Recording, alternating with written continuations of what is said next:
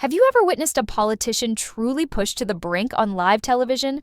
In this explosive conversation with GB News, Wes Streeting, Labour MP, was faced with a barrage of questions that left him scrambling for answers. Unlike the usual soft interviews often reserved for politicians, this time host Camilla showed absolutely no mercy. Sharp, relentless questions left Streeting cornered, desperately trying to defend Labour's plummeting credibility and increasingly controversial policies. What unfolded was a masterclass in political accountability that reveals exactly what's wrong with modern political journalism. Political interviews on television often follow a predictable script.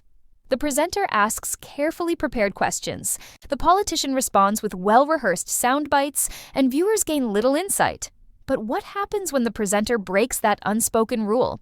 The tense exchange between Camilla and Wes Streeting revealed something rare in British political media, a genuine attempt to hold a politician accountable.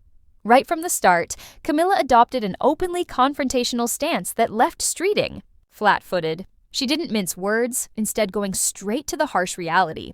Labour had lost 197 out of 285 seats they held, 2/3 of their seats gone.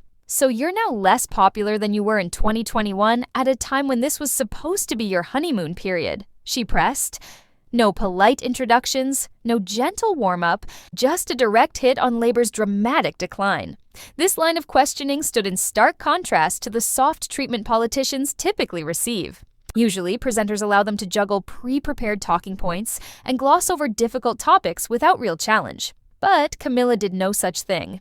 She repeatedly interrupted Streeting, steering the conversation toward issues he desperately wanted to avoid. Questions about growing public discontent hit like hammer blows. What made her questioning so cutting was that she didn't cite criticism from political opponents, but from within Labour's own ranks. If you're enjoying this breakdown of political accountability, make sure to subscribe to the channel. Your support helps us bring you more content like this that exposes what really happens behind the political spin. She directly quoted complaints from fellow Labour MP Dan Carden. People are fed up with low pay and high prices, tired of seeing our high streets in decline, our infrastructure crumbling, our public services failing, and promises that lead nowhere. That left Streeting unable to fall back on his usual tactic of blaming the opposition.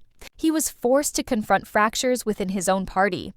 When Streeting attempted to highlight achievements like reducing NHS waiting lists or raising wages, Camilla wasn't having it. She immediately challenged him, pointing to the reality felt by ordinary people that these positive claims simply don't reflect what's happening.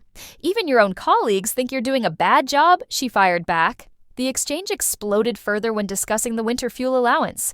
Camilla didn't just ask about the policy, she called it out plainly. What about this idea that you're trying to delay cutting heating support for the elderly?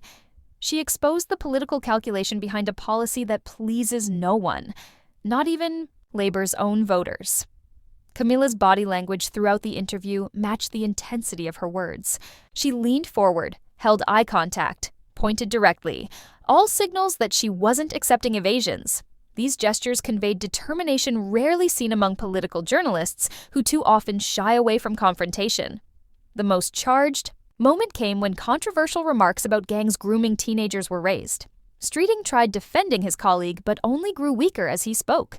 His empty, seemingly memorized answers crumbled under pressure, exposing how fragile Labour's stance is on such sensitive topics.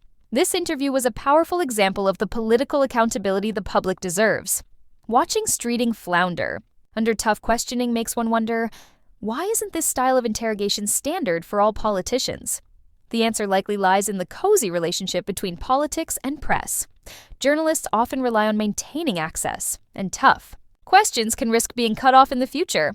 But the price of that gentleness is that the public gets left behind. Camilla showed that worthwhile interviews require throwing away the script. Only when media values truth over access can people make truly informed decisions about their representatives.